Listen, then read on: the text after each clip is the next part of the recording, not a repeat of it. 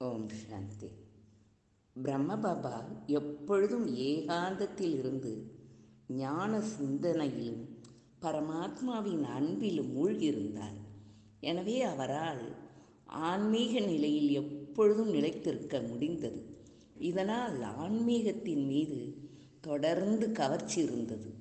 யார் அவர் முன் சென்றாலும் பாபா பரமாத்மாவின் அன்பில் மூழ்கியிருப்பதை உணர முடிந்தது. எனினும் அவர் குழந்தைகளுக்கு அனைத்து சம்பந்தங்களின் அனுபவத்தை செய்வித்தார். இதே முறையில் நாமும் ஞானத்தை தனிமையில் சிந்தனை செய்ய வேண்டும். அதே நேரத்தில் அனைவருடனும் இனிமையாக பழகும் தன்மையும் வேண்டும்.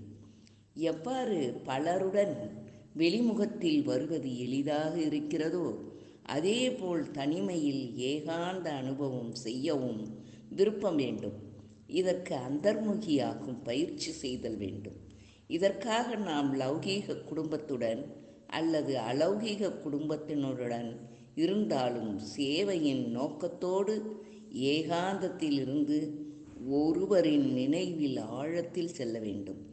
ஏகாந்தவாசி என்பது பாபாவின் ஏதேனும் சக்திசாலி குணம் அல்லது செயலின் ஆழத்தில் மூழ்கியிருப்பது, அதாவது ஒரு சக்திசாலியான ஸ்திதியில் ஸ்திரமாக இருப்பது. சாக்கார் பிரம்மபாபா சேவையிலே இருந்த போதிலும் சேவை அதிகமான செய்திகளை கேட்டுக்கொண்டிருந்தவாறே ஏகாந்தவாசி ஆகிவிடுவார். 1 மணி நேர செய்தியை கூட 5 நிமிடங்களில் சாரத்தை புரிந்து கொண்டு குழந்தைகளை குஷிப்படுத்துவதோடு ஏகாந்தவாசி அனுபவத்தையும் செய்வித்தார். இதுவே ஏகாந்தத்தை விரும்பும் நிலை மற்றும் இனிமையாக பழகுதலாகும். இவ்வாறு பாபாவை பின்பற்றி விஸ்தாரத்தை சாரமாக்கும் அபியாசம் செய்க.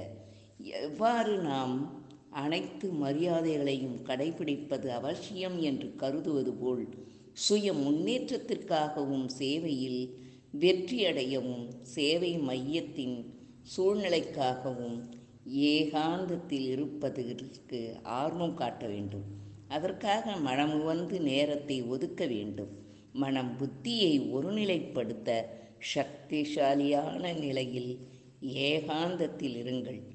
ஏகாந்தத்தில் இருந்தாலும் உங்களின் முகமலர்ச்சி ரமணிகரம் மறையக்கூடாது. இரண்டுமே சமமாக ஒரே அளவாக இருக்க வேண்டும்.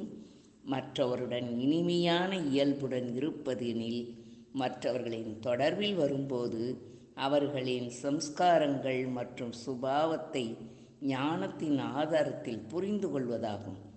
ஏகாந்தத்தை விரும்புவது என்றால் மற்றவர்களின் தொடர்பிலேயே வரக்கூடாது என்பதல்ல.